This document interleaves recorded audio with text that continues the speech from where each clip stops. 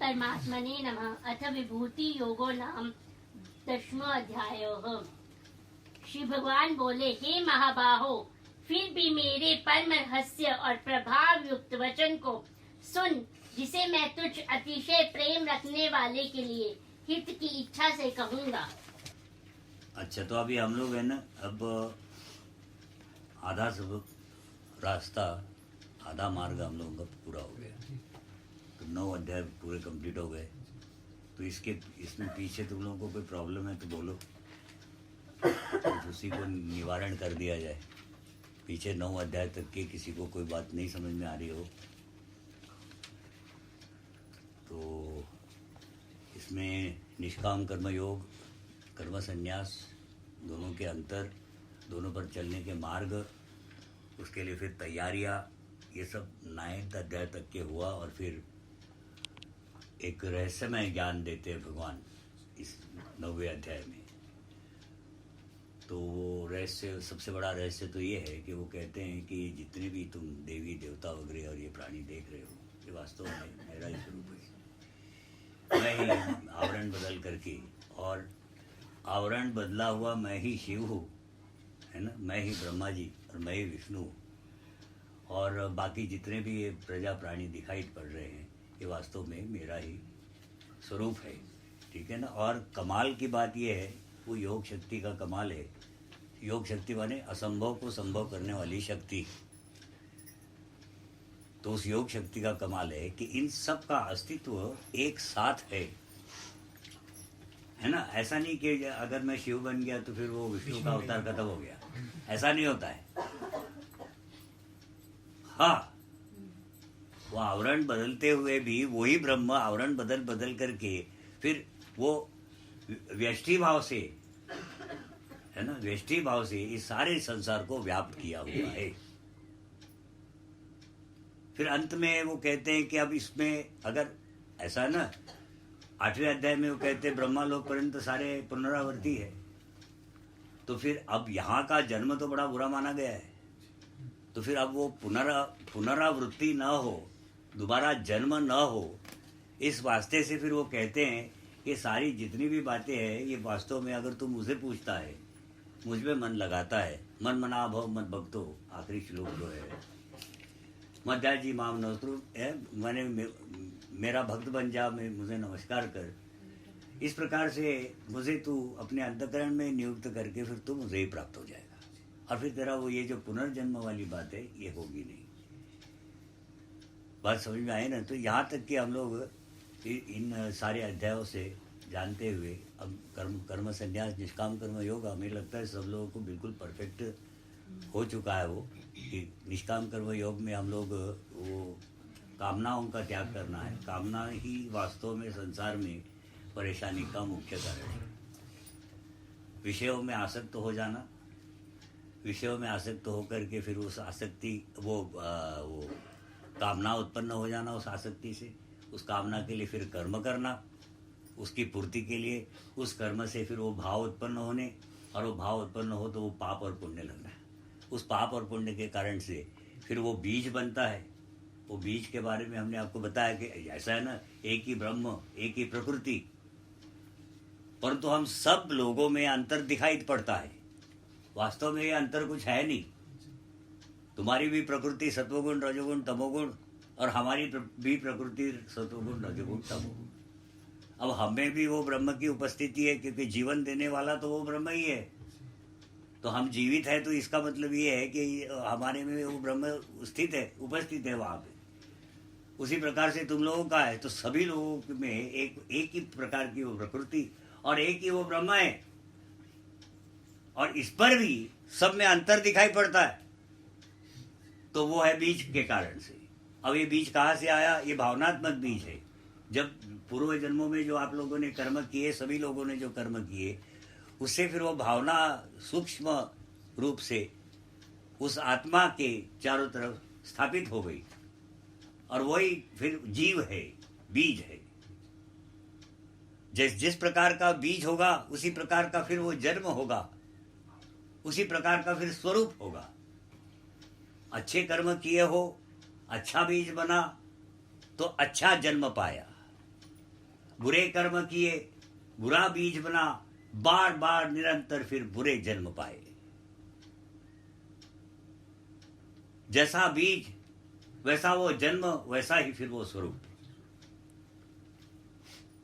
इसी वास्ते से दिखाई पड़ता है अंतर, वास्तव में अंतर नहीं है। और वो एक ही भाव जब तक आता नहीं है,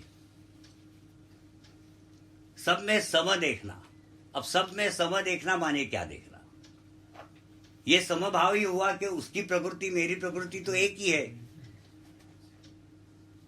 मुझ में भी ब्रह्म की उपस्थिति है, उसमें भी ब्रह्म की उपस्थिति है, तो फिर तो हम तो एक ही है। ये भाव, ये अंतिम स्थितियों में आता है जहां पर आप लगभग ब्रह्म से मिलने लगते हो, और आप अपने आप को पहचान लेते हो कि मैं ही खुद वास्तव में ब्रह्म हूं। सो हम, हाँ, बात समझ में आई कि नहीं? तो फिर अब 8वें अध्याय में भगवान कहते हैं ब्रह्मा जी पर्यंत सारे के सारे पुनरावर्ती है। इसी वास्ते से वहां पुनर्जन्म न हो ऐसा प्रयास मनुष्य को करना चाहिए। मनुष्य के जन्म के बाद का लक्ष्य भी यही होना चाहिए कि मैं किसी न किसी प्रकार से आध्यात्मिक उन्नति करूं, आत्मा की उन्नति करूं। अब आत्मा की उन्नति के बारे में हमने आपको बताया था कि आत्मा पर जितना भी वो आवरण है प्रकृति का, वो मैल कहलाता है, वो बीज खुद। और वो पाप पुण्य का है, वो भावनात्मक है। इसको कम करना, इसको कम करने से क्या होगा? आत्मा अधिक प्रकाशित होगा, बुद्धि अधिक प्रकाशित होगी आत्मा से, और वो सही प्रकार से सोच पाएगी, सही दिशा ले लेगी, वो सत्वगुण जागृत हो जाएगा।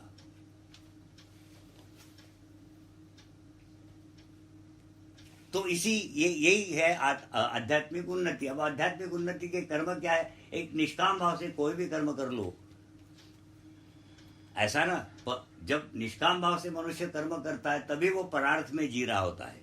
परार्थ माने दूसरे के अर्थ में। परम अर्थ और परार्थ ऐसे दो अलग अलग शब्द है।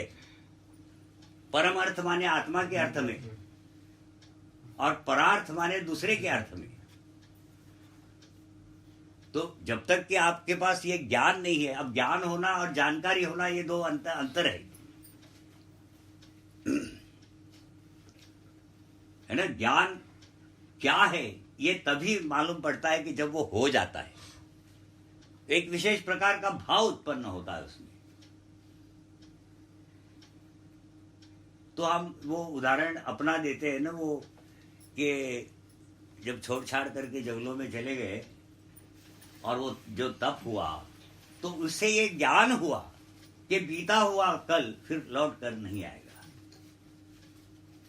जानकारी तो पहले से थी कि बीता हुआ दिन तो कभी वापस आता ही नहीं है, दिखने में आता है, उसे बोलने की क्या आवश्यकता है। उसके पीछे का भाव, परंतु इस पर भी ज्ञान नहीं है, इस पर भी ज्ञान नहीं है किसी को। कोई ये मानता ही नहीं है कि बीता हुआ कल वापस नहीं आएगा। जैसे आसपास पड़ोस में बहुत सारे लोग शरीर का त्याग करके, जिसको कहते हैं मर जाना, मर रहे हैं, परंतु खुद को कभी ऐसा लगता ही नहीं कि हम कभी मरेंगे। ऐसा लगता वो मर गया है, उसने मरना था, हमने नहीं मरना है, क्योंकि उस बात का ज्ञान नहीं हो पा रहा है। प्रत्यक्ष देखते हुए भी हर चीज आपके पता है कि ठीक है कि गया हुआ जो पल है वो लौट कर कैसे आएगा, वो तो आ ही नहीं सकता। परंतु ये मात्र एक जानकारी होती है, ये ज्ञान नहीं होता है। और जब तप होता है तब से अंतःकरण की शुद्धि होती है।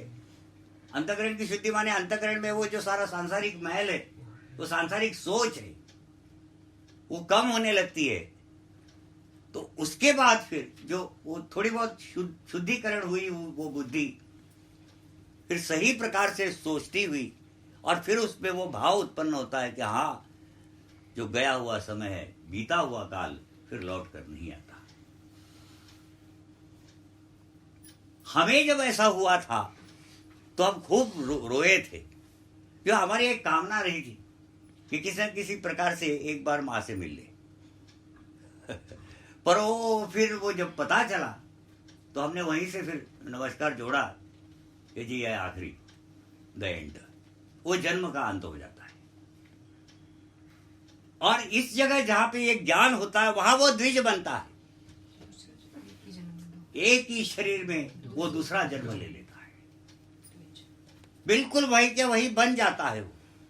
और उस पहले जन्म जो है वो बिल्कुल उसकी कोई डिमिंग मेमोरीज, हल्का फुल्का कुछ यादें रह जाती है, बाकी सारा का सारा डिलीट हो जाता है।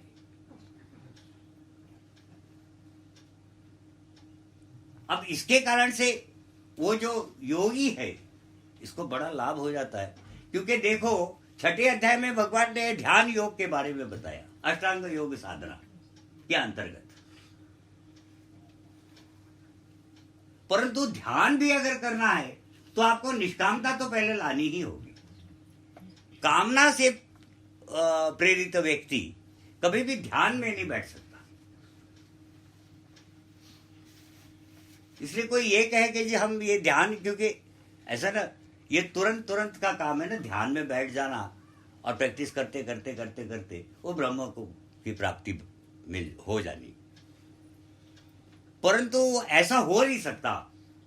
एक व्यक्ति जिसकी बहुत सारी सांसारिक कामनाएं हैं वो भगवान का ध्यान में खो नहीं सकता, वो हो नहीं सकता, वो बात नहीं हो सकती जब तक वो संसार और संसारित्व से छूटा हुआ नहीं है, जब तक उसकी कामनाएं शांत नहीं हुई है, सारी आसक्तियां विलीन नहीं हुई है, तब तक उसका ध्यान नहीं लग सकता।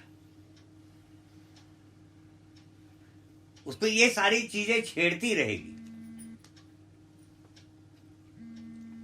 इसलिए इस संसार और संसारित्व से जो विरक्ति है वो आवश्यक है, माने निष्काम कर्म योग तो यहां भी आवश्यक है। मात्र मैं अब आज के बाद से ध्यान में बैठता रहूंगा तो ठीक है, ध्यान की प्रैक्टिस, बैठने की प्रैक्टिस वगैरह आपकी हो जाएगी, परंतु जब तक आपके अंतःकरण में कोई तीव्र कामनाएं हैं किसी भी प्रकार की, किसी भी विषय की, तब तक के आपका वो ध्यान लगना संभव नहीं है। इसलिए याद रखें कि ध्यान तो ऐसा है ना, एक बहुत बड़ा सहायक है निष्काम कर्म योगी के लिए। इससे अंतःकरण पर जल्दी नियंत्रण होता है, क्योंकि कर्म संन्यास में अगर जाना है तो सबसे पहले कर्म के त्याग की योग्यता बनानी पड़ेगी। आप यूं ही तो कर्म त्याग करके बैठ नहीं सकते। भगवान 3 अध्याय में कहते हैं कि अगर यूं ही तो कर्म त्याग करके बैठ गया और बैठे बैठे सोचता चला गया विषयों के प्रति, तो तुझे तो बैठे बैठे ही पाप लगेगा। इसीलिए जब तक कि अंतःकरण की योग्यता नहीं, अंतःकरण पर नियंत्रण नहीं पाया जाता, जैसे हमने बताया कि आप निष्काम, भले ही ऊपर ऊपर से निष्काम बनने का प्रयास करोगे, परंतु जहां कहीं भी जाओगे तो वहां आपका अंतःकरण कुछ न कुछ तो बोल उठेगा कि मुझे ये मिल जाता तो अच्छा होता, और वो बुद्धि को उस दिशा में ले जाएगा। फिर बुद्धि सोचेगी कि किस प्रकार से इस चीज की प्राप्ति करे। सही प्रकार मिल गया तो ठीक है, और नहीं तो आड़े टेढ़े मार्गों से उस विषयों की प्राप्ति का प्रयास करना, और फिर इसके कारण से पाप और पुण्य का एक समझो गठरी बांध लेनी अपने लिए।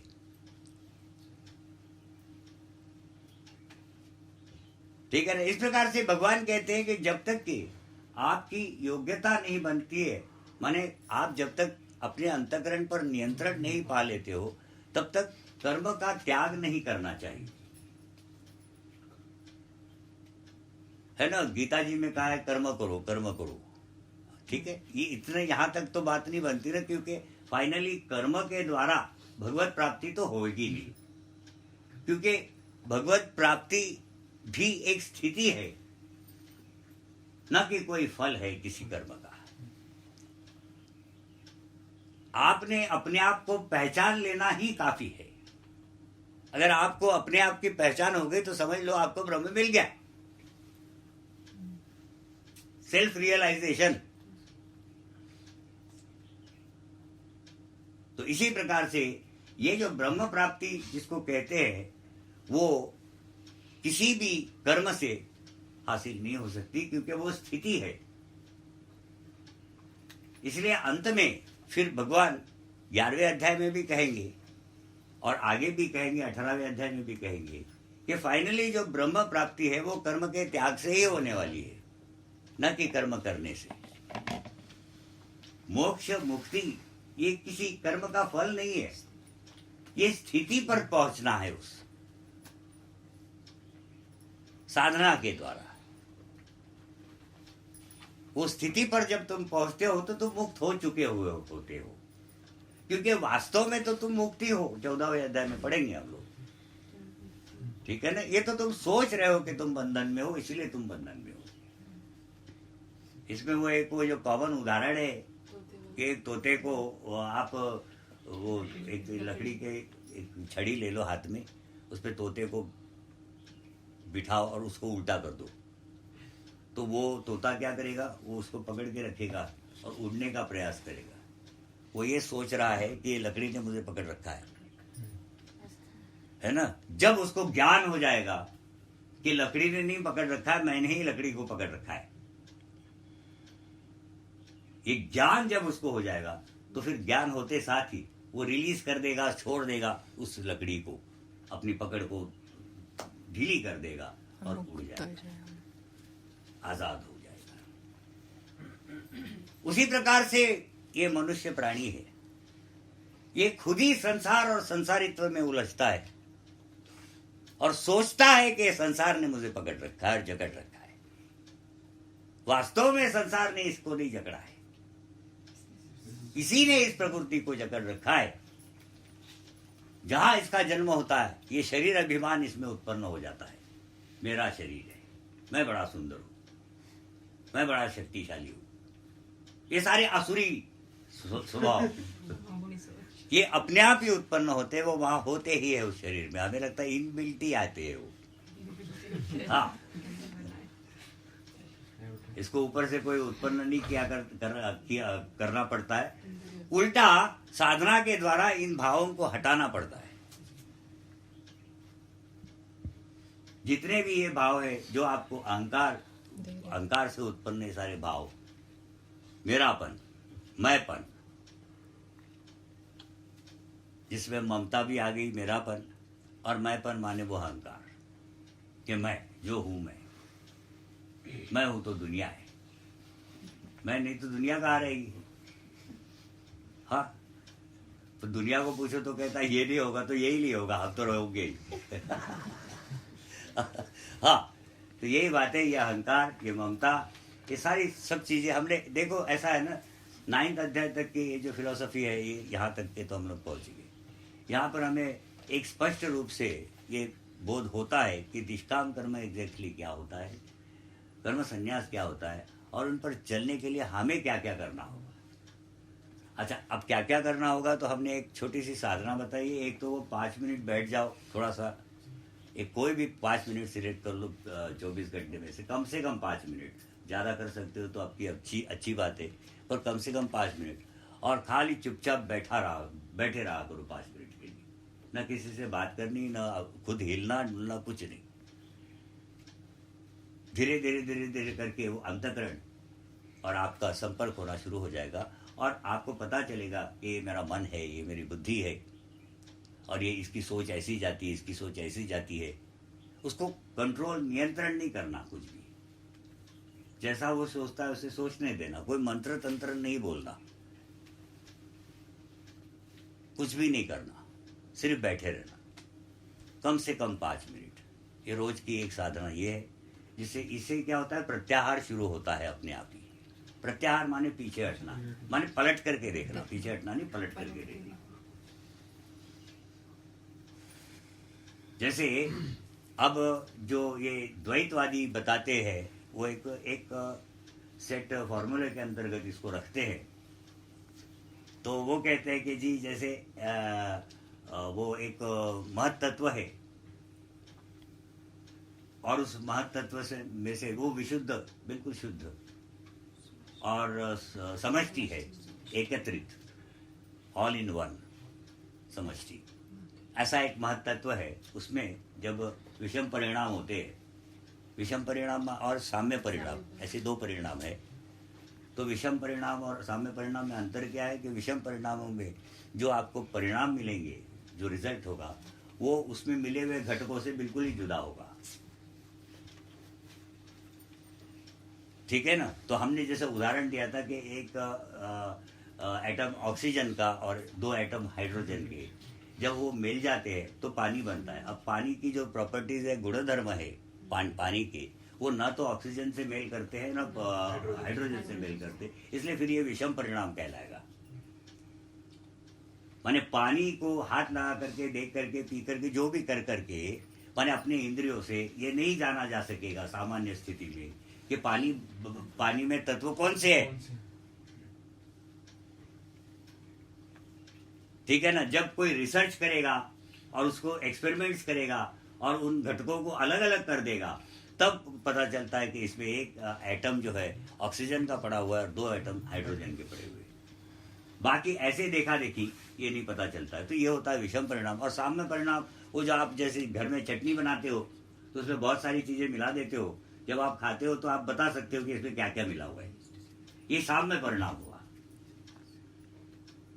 ठीक है ना। तो अब वो विषम परिणामों से फिर ये अहंकार, वो बुद्धियां उत्पन्न हो गई, व्यष्टि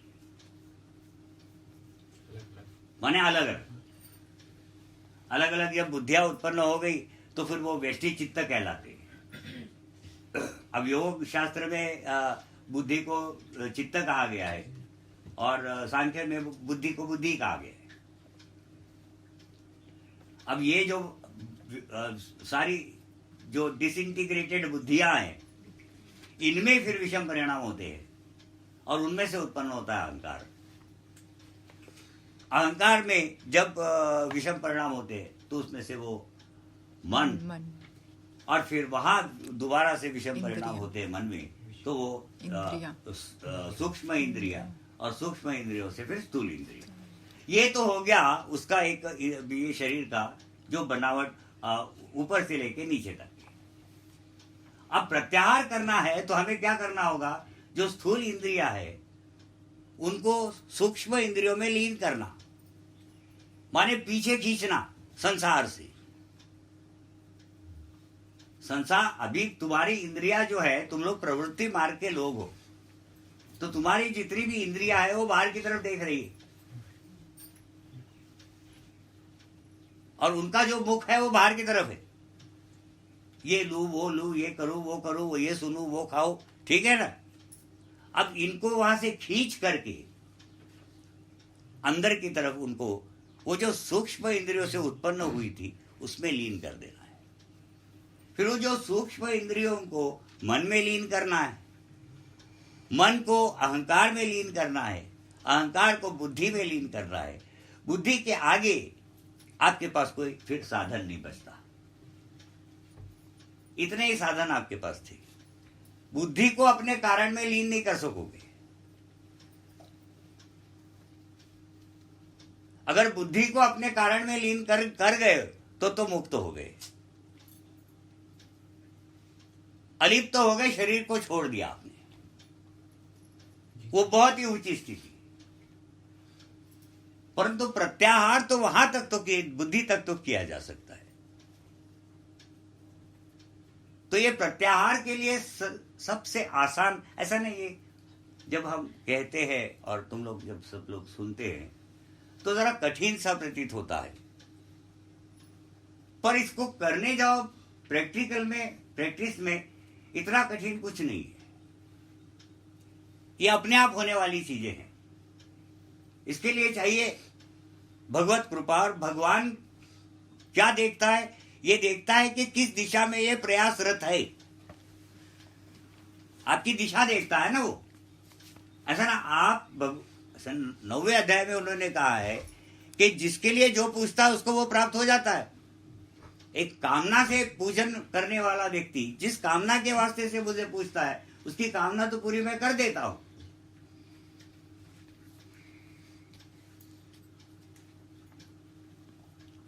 तो फिर जहां ये जो बुद्धि की बात जहां चली वहां वो बुद्धि जिस जिस दिशा में तुम दौड़ाओगे उस दिशा में दौड़ती है।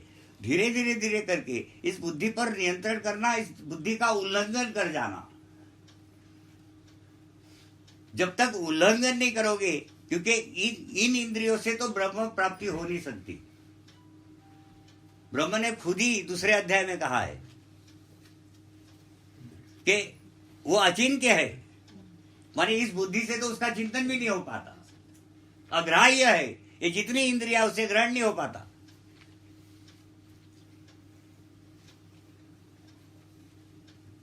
तो फिर उसके प्राप्ति का आपके पास तो कोई साधन ही नहीं है। जब साधन नहीं है तो आपके पास जितने साधन है, एक विशेष स्थिति तक वहां पहुंचना है। अब उसको वहां पहुंचना है और वहां से फिर जंप लगानी है, कूदना है, तो आजाद हो जाना है। मैंने अंत में तो ये जो कुछ भी होना है वो भगवत कृपा से होगा। और भगवान देखेगा कि तुम्हारा प्रयास, तुम चाहते क्या हो। तुम अगर मुक्ति चाहते हो तो मुक्ति, और अगर तुम संसार का कोई विषय चाहते हो तो वो विषय। इसलिए इस बुद्धि को अगर दिशा देनी है तो फिर वो एक तो 5 मिनट की तो बताइए, और फिर वो हमने बताया आपको कि आप सुबह थोड़ा सा सत्वगुण के समय में जागो, और सत्वगुण के समय में कोई एक आध कोई पाठ रख लो, विष्णु सहस्त्रनाम, जो भी आप लोगों का इष्ट है उसके अनुसार, और उसको जोर से पढ़ो और उसको खुद सुनने की कोशिश करो।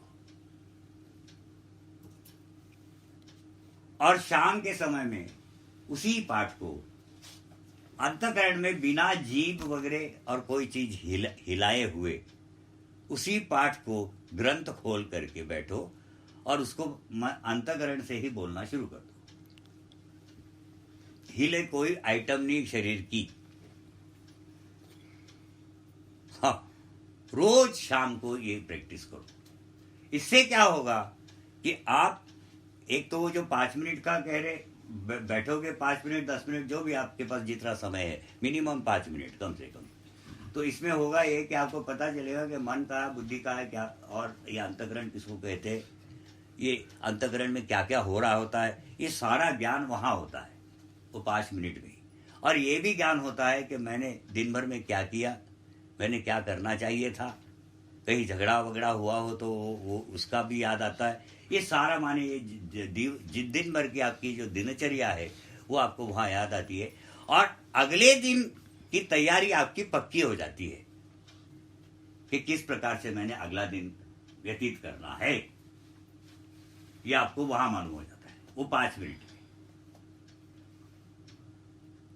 करके देख लेना कौन कौन कर रहा है, कोई है क्या इसमें करने वाला 5 मिनट वाला एक्सरसाइज है? तो हो रहा है क्या, कुछ हो रहा है? हाँ, गुरुजी इसमें नई बात तो थोड़ी सी पता चली है। हाँ। कि जब 5 मिनट से बैठते थे हाँ। तो ये चिंतन नहीं करते थे कि हमने रिवीजन नहीं करते थे पूरे दिन का, जहाँ मतलब अपना उसका वो नहीं ना वो जरूर करना चाहिए ना, क्योंकि क्या होता है कि तुम लोग इतने वो अफरा तफरी में बहुत सारी गलतियां कर रहे होते हो और दोष दुनिया को दे रहे होते हो। बात समझ में आई कि नहीं? गलतियां तो तुम खुद कर रहे हो और दोष दे रहे हो संसार को।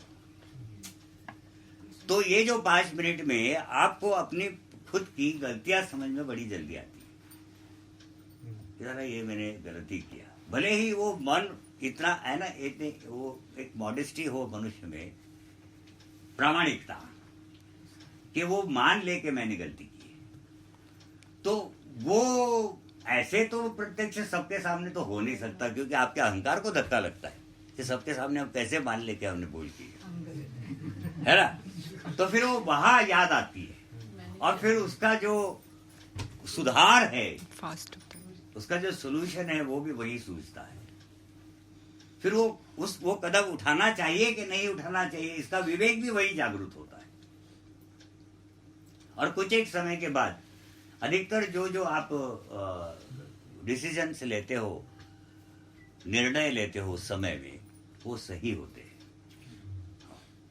और ये जो अफरा तफरी में हाय हाय हाय करते हुए जो कोई भी आप जीवन व्यतीत करते हो, वहां रोज की जीवन में ठोकरें खाते चले जाते हो, रोज के रोज। एक दिन इतनी बड़ी ठोकर खा लेते हो कि गिर जाते हो और फिर कभी नहीं उठते हो, वापसी नहीं। तो ठोकर खा के सीखना अच्छा होता है, परंतु इतनी बड़ी ठोकर अगर लग जाए तो फिर तो तुम गए 12 के भाव में। इसीलिए बेहतर तो ये होगा ठोकर लगने से सीखने के बजाय अगर आप किसी के अनुभव से सीख सकते हो तो वो ज्यादा अच्छा होगा। हाँ, हमने सुना है कि इसीलिए इतिहास पढ़ाया जाता है स्कूलों में, कि वो महाराणा प्रताप से तो वो भाला चलाना सीख लो। हाँ, इतिहास का मुख्य कारण ये होना चाहिए कि आप पीछे के जो महापुरुष, गुरुजन, चिंतक, ऐसे सब वो हुए हैं, तो उनके बारे में जब आप पढ़ते हो और ये करते हो तो आपको कुछ आइडियाज मिलती है, अनुभव से सीखने का एक मौका होता है। कि उन्होंने जो गलतियां की वो हम ना करें। नहीं, ऐसी कोई बात नहीं, गलतियां की ऐसा ना, एक मानव, ये प्रकृति जो है ना, ये खुद ही एक बहुत बड़ी गलती है। हाँ, तो मानव शरीर जिसका होगा वो गलतियां जरूर करेगा। कोई भी संसार में कोई बिल्कुल परफेक्ट आदमी तो मिलना नहीं है, बहुत सारी भूलें होती है। पर ठीक है, चलते चलते अगर भूल हो जाए, पता चल जाए कि मैं यहाँ भूल कर रहा हूँ, तो आपके जीवन को एक सारा ठीक ठाक दिशा मिल जाती है ना। फिर आप फिर थोड़ा सुखी होने लगते हो। दुख भरे संसार में कहीं ना कहीं से ये जो सुख है, देखो इस भयंकर दुख भरे संसार में भगवान ने ही इसको बड़ा दुख भरा वगैरह कहा है, क्योंकि वो उस जगह रह रहे जो इससे अच्छी जगह है। जरूरी है तभी ऐसा बोल रहे, तो ठीक है ना। तो हम क्या कह रहे थे? मानव गलतियां, दुख भरा संसार। हाँ, ये जो दुख भरा संसार है, तो यहाँ पर अगर सुख चाहते हो ना थोड़ा बहुत भी, तो सबसे फास्टेस्ट अगर तरीका है तो त्याग। जो चीज आपको परेशान कर रही है उसका अगर आप अंतःकरण से त्याग कर देते हो, बैठ मुझे नहीं चाहिए, तो वहीं के वहीं शांति हो जाती है और सुख मिलने लगता है। तो भले ही ये कितना ही दुख भरा संसार क्यों ना हो, परंतु जो त्याग कर सकता है, क्योंकि वो भी एक बहुत बड़ा कठिन काम है ना, सारे नहीं कर सकते। इच्छाओं का त्याग। ऐसा नहीं, एक डिजेक्शन जो आता है, निराशा, ये किस लिए आती है? इच्छा पूरी नहीं हुई इसीलिए। अगर उसका त्याग कर दिया होता तो ना वो आस भी नहीं, तो निराशा कहां से आएगी? बड़ा जरूरी कंसेप्ट है। हाँ, तो शांति अगर आपको और सुख चाहिए इस दुनिया में, तो सबसे माने तेज उपाय अगर है कि तुरंत ही, तो वो त्याग है। तो आगे भगवान 18वें अध्याय में यही बात कहेंगे कि त्याग में शांति है। तो वो भगवान के कहने की आवश्यकता ही नहीं है, वो तो दिखाई पड़ रहा है। माने कई बहुत सारे दिनों के बाद फिर तो कुछ भी कहने की आवश्यकता ही नहीं होगी। सब हम बोल देंगे, सब देख लो भाई दुनिया, आंखें खोलो, बुद्धि के पट खोलो और संसार देख लो, सारे वेदों का ज्ञान तुम्हें हो जाएगा। हाँ जी, जो 3 वेद कहे गए हैं, और वो 3 वेद और 4 वेद, ऐसी दो बातें हैं। तो 4 ग्रंथ है और वेद 3 है। यहाँ वेद का अर्थ होता है भगवत प्राप्ति का मार्ग। तो भगवत प्राप्ति किस किस चीज से हो सकती है? एक तो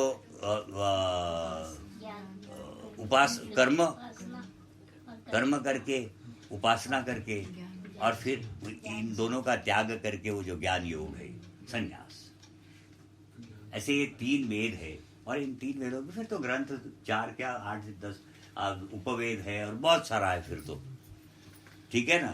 तो ये जब आप इस संसार में जब बुद्धि खोल करके, आंखें खोल करके और होश में आकर के इस संसार, वो अपने आप को होश में आओगे तो अपने आप ही ये संसार दिखने लगेगा, और फिर आपको इस संसार को जानने के बाद फिर आपको वेद पढ़ने की आवश्यकता नहीं पड़ेगी। हाँ, वो वेदों का उल्लंघन कहलाता है। हाँ, बात समझ में आएगी नहीं। एक व्यक्ति अगर मनमानी करता हुआ भगवान को प्राप्त हो जाता है, तो जिन मार्गों से भी वो चला हो, वो वेद है। हाँ, बहुत सारे लोग बहुत सारे विधियां बताते हैं कि ये करो, इस प्रकार से साधना करो, इस प्रकार से साधना करो, परंतु कुछ एक ऐसे होते हैं जो मनमानी करते हैं और वो गंतव्य को छू लेते हैं, तो वो जो उसकी मनमानी थी वो वेद है। इसमें तो कोई संशय नहीं, क्योंकि वो गंतव्य पर पहुंच चुका है। हाँ, इसका रास्ता सही है, सही है, चाहे जिधर मर्जी। हाँ, जो कोई भी उसके मार्गों का अनुकरण करेगा वो वहां पहुंचेगा। तो फिर ये 9 अध्याय तक की अभी हम लोगों ने इसको कंप्लीट किया है, और इसमें हमने बताया है कि ये सारी बातें भगवान ने अर्जुन को कही है, अर्जुन के निमित्त से इस संसार के उन मानव प्राणियों के वास्ते से कही है। यहाँ न धर्म, हिंदू मुसलमान सिख ईसाई वगैरह नहीं, धर्म का अर्थ कर्तव्य, कर्म, मैंडेटरी ड्यूटीज, संसार में जन्म लेने के बाद आपको क्या क्या करना है, ये धर्म। तो वो धर्म की बातें कही कि किस प्रकार से आपने क्या माने, लक्ष्य कौन सा रखना है। संसार में आने के बाद रुपया पैसा कमाना एक लक्ष्य है, अफसर बनना लक्ष्य है, या फिर इस संसार में आए हो एक मौका मिला है, मैं मानव बन के आया हूँ, तो मैं अपने आप का उद्धार करूं, ना कि शरीर का। शरीर की उन्नति करने वाले लोग धोखा है ना, वो बहुत बड़ा धोखा है। क्योंकि तू कितना ही कुछ भी बन जाए, मान लो, अंत में तो तेरे शरीर को आग लगा देनी है और वो शरीर खत्म हो जाना है।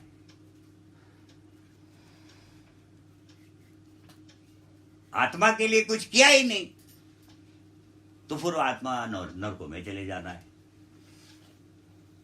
माने जहां से आए थे वहां वापस चले गए। एक नए पैसे की तरक्की नहीं की, होश ही नहीं था, तो किसी ने कहा ही नहीं कि ये काम करना है। ऐसा ना, शरीर 2 in 1 है, एक वो ब्रह्म और एक वो प्रकृति। सारा काम प्रकृति के लिए करती रही, अंत में उसका त्याग करना पड़ गया। जो आत्म तत्व है और उसके ऊपर वो जो बीज है, जो जीव है,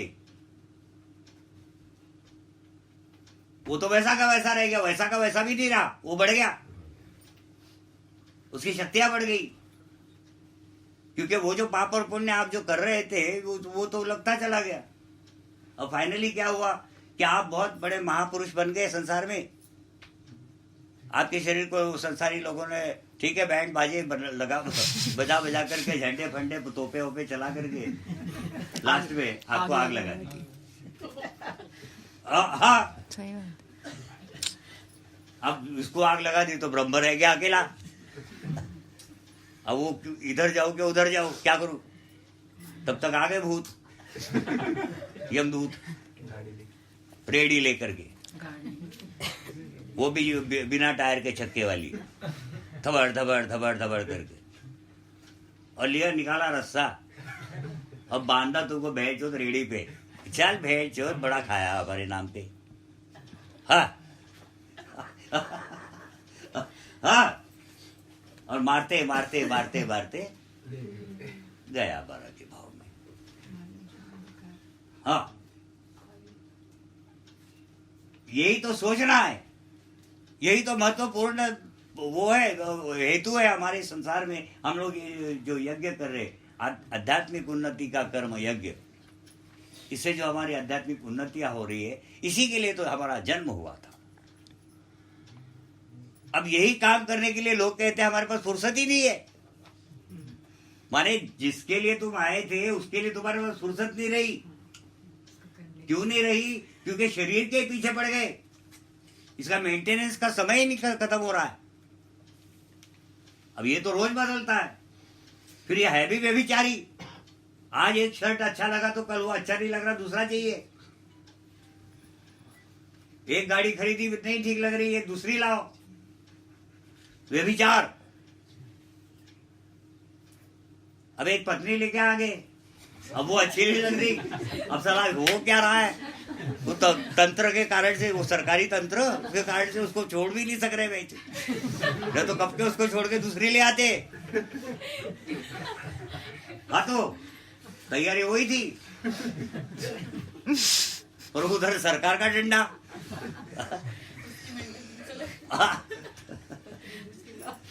तो है ना, फिर वो पत्नी आई तो वो बच्चा भी हो गया, और सारा फिर खेल ही खत्म हो गया ना। फिर क्यों आए थे कि हमने कभी मरना है, वो सब बारे वो तो बेतुकी बातें लगने लगी। हाँ, कि ये तो पुरातन काल की बातें है। अच्छा, पुरातन काल क्या होता है आज तक हमारे नहीं समझ में आया। पुरानी चीजें है तो ओल्ड क्या होता है? पृथ्वी तो रोज गोल गोल ही घूम रही है। ओल्ड का है कहा भाई? उधर से गुजरी, उधर वापस आ गई, फिर आई, फिर वापस आ गई।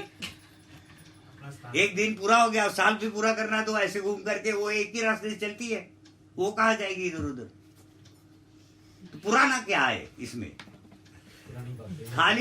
खाली जो रिएक्शंस हो रहे हैं, प्रतिक्रियाएं हो रही है, उसके कारण से वो ऐसा ना, काल एक कल्पना है ना। मनुष्य ने कल्पित काल की कल्पना की है ना। काल क्या है कोई नहीं जान रहा है ना, इसकी तो जानकारी ही नहीं है। तो जैसे वो पृथ्वी घूम करके वापस एक जगह वहां आ गई तो एक दिन हो गया, तो पुराना कहाँ हुआ? हम तो वही के वही है। पर ये रिएक्शंस होती है, और वो रिएक्शंस के कारण से प्रकृति अपना स्वरूप बदल रही होती है हर बार, हर पल। तो हमारे शरीरों में परिवर्तन उस पल के कारण से आते हैं। इसका अर्थ ये थोड़ी हुआ कि हम पुराने हो गए, और एकदम ब्रांड न्यू चकाचक है अभी भी।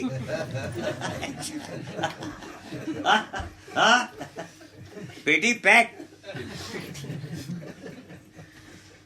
पुराना कहाँ हुआ कुछ भी? वो तो घूम घाम के वापस वही आ रही है। तो ऐसी कोई बात नहीं, कोई जमाना पुराना था और नया था वाली बात नहीं। जो कोई भी जन्म, मानव जन्म जो यहाँ संसार में है, वो आध्यात्मिक उन्नति का एक मौका है, बहुत बड़ा मौका है उस आत्मा के लिए, उस जीवात्मा के लिए। और उसको समझे, और संसार में ठीक है हर प्रकार से जीते हुए भी वो भगवान का नाम को न छोड़े। उससे आध्यात्मिक उन्नति होती है। आध्यात्मिक उन्नति से होता क्या है कि चलो कोई बात नहीं, अगर आप स्वर्ग, नरक और मोक्ष, मृत्यु कुछ भी नहीं मान रहे हो, इतना जरूर होता है कि आपका यहाँ का ये जीवन जो है वो अच्छी तरह से चलने लगता है, बिना उलझनों के। बाकी कुछ होता हो या ना होता हो, ये तो जरूर होता है। सुबह शाम दिया अगरबत्ती कर करके भगवान का अगर थोड़ा बहुत नाम ले लो तो बहुत सारी मुसीबतों से आप छूटे हुए रहते हो और सुखी रहते हो। ये करके देखने वाली बात है। और ये जो कहते हैं कि भगवान का नाम लेने से हम बर्बाद हुए जी, और भगवान सबको बर्बाद करता है, ये झूठी बातें है। नाम लेना और खाली चीखना चिल्लाना ये दो अलग अलग बातें। व्यवस्थित कोई काम करे तो उसके परिणाम, हमारे वेद कभी भी पुनर्जन्म, पूर्व जन्मों की बातें नहीं करते, वो प्रत्यक्ष फल की बातें करते हैं कि यहाँ करो यहाँ लो। वो अगले जन्म वाली बात नहीं है कि अगले जन्म में मिलेगा, ठीक है ना। तो ऐसी कोई बात नहीं। सही प्रकार से कोई भी कर्म करोगे तो इसी वास्ते से फिर उसको, अब सही प्रकार से कर्म करने आध्यात्मिक उन्नति के ही, तो फिर उसके लिए फिर हमें थोड़ा सा ज्ञान लेना पड़ता है। और इसी वास्ते से ये हमारा ये ज्ञान यज्ञ चलता है। और इस ज्ञान यज्ञ में अभी हम लोग आधे रास्ते तक पहुंच चुके हैं। अब आगे आधा रास्ता और तय करना है, ठीक है ना। तो अब ये 10वां अध्याय चालू करते हैं। अंत में भगवान 9वें अध्याय में 9वें अध्याय में भगवान कहते हैं मन मना भाव मद भक्तो मद्दाजी माम नमस्कुरु। हैं तो मेरे मुझ में मन वाला हो, मुझ में बुद्धि को लगा, मुझ में मन को लगा, तो मेरा भक्त बन, मुझे नमस्कार कर। इस प्रकार से तू संपूर्ण अंतःकरण में मुझे नियुक्त करके, तो फिर इस प्रकार से तू जब शरीर को त्यागेगा तो तू मुझे ही प्राप्त हो जाएगा। हाँ। अब ये अच्छा, ये जो देखो ना, इसमें बड़े रहस्य दिए हैं। 9 अध्याय तक के सारे रहस्य थे, ठीक है ना। और ये अंत में इन्होंने ये भी बात बता दी कि वास्तव में जितने भी देवी देवता और ब्रह्मा जी और विष्णु और शिव जो कुछ भी है, ये मैं ही हूँ वास्तव में, लेकिन मैंने आवरण बदल रखी ओढ़ रखा है हर एक चीज का। और मेरे योग शक्ति का कमाल है कि इन सब का अस्तित्व एक साथ है।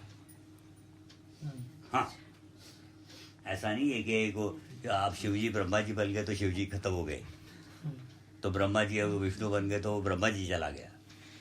ऐसा नहीं होता। उन सब का अस्तित्व अलग अलग है और अलग अलग दिखाई पड़ता है इन आंखों से। वास्तव में जब तक एकत्व भाव आता है अंत में, जहां पर लगभग ब्रह्म की प्राप्ति हो जाती है, ठीक है। चलो 10वां अध्याय शुरू करो। श्री भगवान बोले, हे महाबाहो, फिर भी मेरे परम रहस्य और प्रभाव युक्त वचन को सुन, जिसे मैं तुझ अतिशय प्रेम रखने वाले के लिए हित की इच्छा से कहूँगा। हाँ, तुम्हारे हित के लिए, तुम्हारे भले के लिए। तुम क्योंकि हमसे लगाव रखते हो, हमसे प्रेम रखते हो, हमने अब तक जो बातें कही है उसको तुमने ढंग से सुना है, तो ऐसे व्यक्ति के लिए अभी तो मैंने तुम्हें बहुत सारे रहस्य बताए थे, और भी आगे सुन हमारी बातें और रहस्यमय बातें जो हम अभी आपको बताते हैं। हाँ। हे अर्जुन, मेरी उत्पत्ति को अर्थात लीला से प्रकट होने को न देवता लोग जानते हैं और न हम महर्षि जन ही जानते हैं। हाँ, मेरी उत्पत्ति किस प्रकार की हुई अर्जुन, ये कोई नहीं जानता। हालांकि मैंने 4थे अध्याय में ये बात तुमसे कही थी कि तेरे जन्म में और मेरे जन्म में अंतर है, तेरे जीवन में और मेरे जीवन में भी अंतर है। तू जो जीवन जी रहा है वो आसक्तियों से जी रहा है, एक कामना से प्रेरित होकर के जी रहा है, जबकि मैं निष्काम भाव रखता हूँ और किसी भी कर्म का बदला नहीं चाहता हूँ। ये तो मेरे जीवन में और तेरे जीवन में अंतर है। और तेरे जन्म और मेरे जन्म में अंतर क्या है? ये अंतर है कि तू पाप और पुण्य के मजबूरियों से जन्मा है, इसलिए तेरे पास किसी प्रकार का कोई ज्ञान नहीं है। और मैंने तो अपने प्रकृति पर नियंत्रण पाया है और उसके बाद मैं आया हूं स्व इच्छा से, पाप और पुण्य के कारण से मजबूर होके नहीं आया। तू प्रकृति का गुलाम है जबकि प्रकृति मेरी गुलाम है, तो ये मेरे जन्म और का अंतर है। परंतु अब यहाँ भगवान 10वें अध्याय में कहते कि अर्जुन, माने अब ये रहस्य बता रहे हैं, 9वें अध्याय से उन्होंने शुरू किया था, तो ये आगे कह रहे हैं कि मेरी उत्पत्ति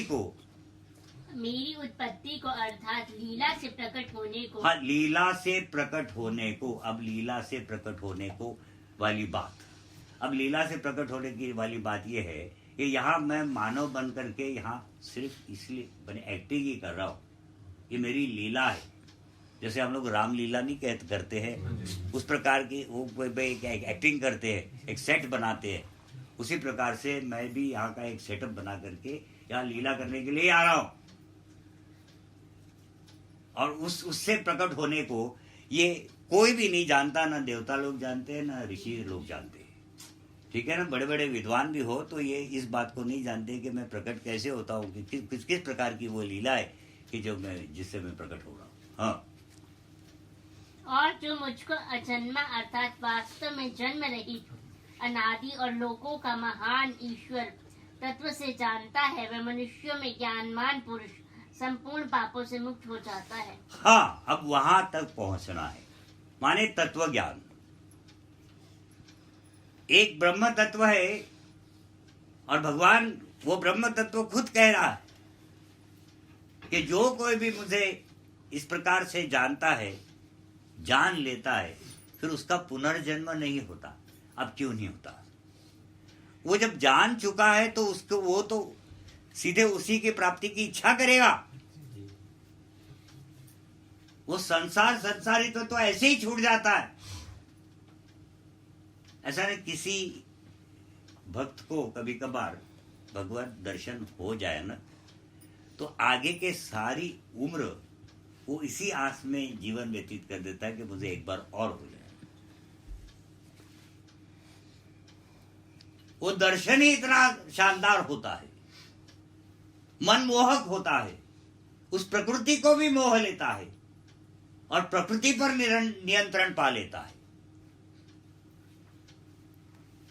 वो दृश्य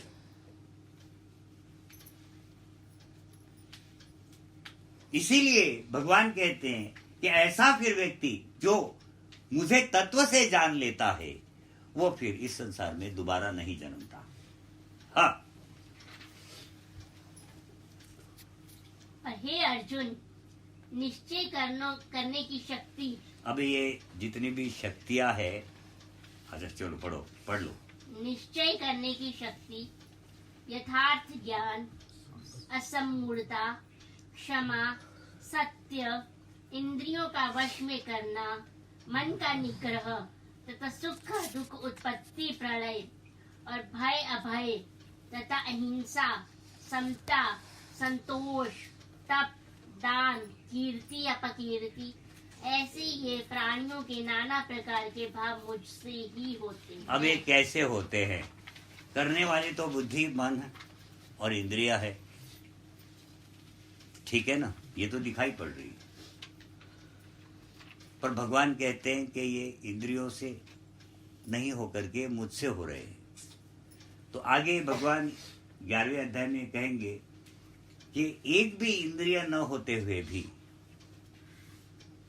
मैं संसार में ठीक प्रकार से बरतता हूं, हजारों लाखों इंद्रियों के द्वारा। आंखें न होते हुए भी मैं चारों तरफ देखने वाला हूं, आठों दिशाओं में देखने वाला हूं। भाव ये कि जितनी भी इंद्रियों की ये जो शक्तियां है, ये शक्तियां उस आत्म तत्व में उपस्थित है। परंतु अगर उस आत्म तत्व को यूं ही बिना शरीर के हो जाए वो, तो यहां जीवन संभव नहीं है इस लोक में।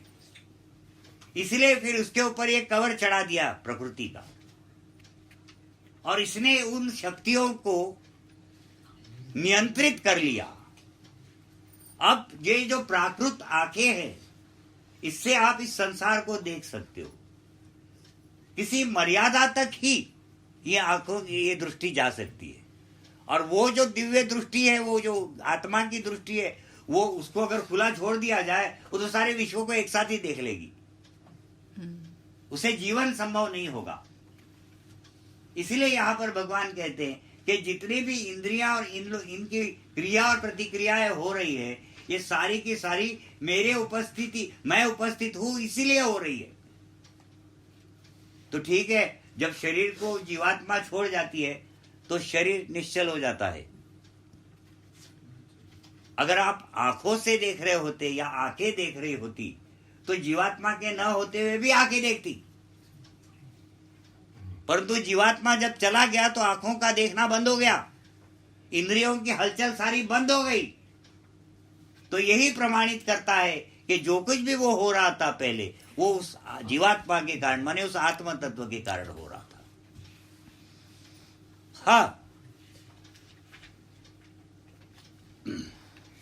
वो आत्म तत्व न होता तो इंद्रिया, कोई भी इंद्रिया किसी भी प्रकार का कोई भी काम नहीं करती। चाहे वो बुद्धि, चाहे वो अंतःकरण माने बुद्धि, मन, अहंकार, और चाहे ये बाह्य इंद्रिया। ये 11 की 11 इंद्रिया, 5 कर्मेंद्रिया, 5 ज्ञानेंद्रिया और 1 मन, ये 11 की 11 इंद्रिया और इनकी जो शक्तियां है, भगवान कहते वो मुझसे है। हाँ, वो शक्तियां मुझ में है, न कि इनमें। हाँ। और हे अर्जुन, महर्षि ये रहस्य की बातें बता रहे भगवान। हाँ, माने ये आम प्रजा में ये बातें प्रचलित नहीं है। वो तो यही सोचते हैं कि आँख से देख रहे हो तो आप आँख से देख रहे। हाँ, पर वास्तव में आँखों में इतनी शक्ति ही नहीं कि वो खुद देख सके। देखने की जो शक्ति है वो उस ब्रह्म की है। हाँ।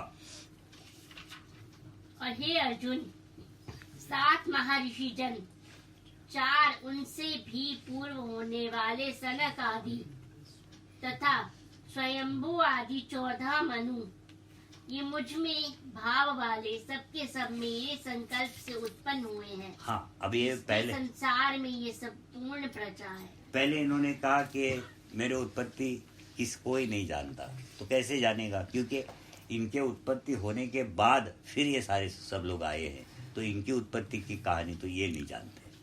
ठीक है ना? तो भगवान कहते कि सारे के सारे मैं पहले उत्पन्न हुआ और फिर मेरे संकल्प द्वारा ये सारे उत्पन्न हुए। आगे। और जो पुरुष मेरी इस परम ऐश्वर्य रूपी भूति को और योग शक्ति को तत्व से जानता है, वह निश्चल भक्ति योग से युक्त हो जाता है, इसमें कुछ भी संशय नहीं हाँ, है। अब विभूति को, विभूति जिसके द्वारा भगवान ने संसार को व्याप्त किया, जिन जिन वस्तुओं द्वारा, उनको विभूतियाँ कहते हैं। ठीक है ना? तो इन विभूतियों को जो कोई भी जान जाता है वो निश्चल योग से युक्त हो जाता है। निश्चल माने न चलने वाला, माने न हटने वाला, स्थिति कायम हो जाती उसकी। हाँ, ठीक है ना? निश्चल योग से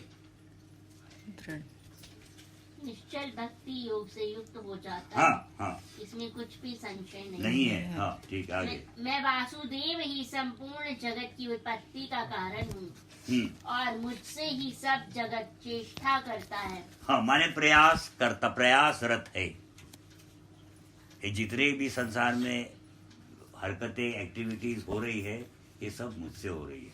हाँ, इस प्रकार समझकर श्रद्धा और भक्ति से युक्त बुद्धिमान भक्तजन मुझ परमेश्वर को ही निरंतर भजते हैं। ये सारा ज्ञान जिसको होता है वो फिर किसी और को नहीं भजेगा, है ना? हाँ, आगे। और वह निरंतर मुझ में मन लगाने वाले और मुझ में ही प्राणों को अर्पण करने वाले भक्तजन मेरी भक्ति की चर्चा के द्वारा आपस में मेरे प्रभाव को जनाते हुए तथा गुण और प्रभाव सहित मेरा कथन करते हुए निरंतर संतुष्ट होते हैं और मुझ वासुदेव में ही निरंतर रमन करते हैं। माने वही बात आई ना कि जैसे तुम लोग भी चर्चा में लगे रहते हो जी, है ना? जैसे अभी गीता जी वगैरह का ये सब तुम लोग भी चर्चा करते हो, तो ये सब इस प्रकार का ये सारा कीर्तन कहलाता है, सत्संग, है ना? माने ये इस मार्गों की चर्चा भी कीर्तन है, याद रहे। हाँ, जब तुम लोग इस प्रकार की ये सब चर्चा करते हो, किसी की स्तुति कर लेते हो, किसी को क्या कर लेते हो, तो फिर वो एक कीर्तन प्रकार का होता है। हाँ, तो ये वो उन लोगों की बात बता रहे जो ये साधक लोग हैं। हाँ, उन निरंतर मेरे ध्यान आदि में लगे हुए और प्रेम पूर्वक भजने वाले भक्तों को मैं वह तत्व ज्ञान रूप योग देता हूँ, जिससे ये मुझको ही प्राप्त होते हैं। हाँ, अब देता हूँ क्या? देने पर मजबूर हो जाता हूँ, नहीं तो कोई लेने वाला ही लिया आजकल। हाँ, मार मार के देना पड़ रहा है। हाँ, कौन यार सुनना चाह रहा है इसको? फिर बस ठीक है।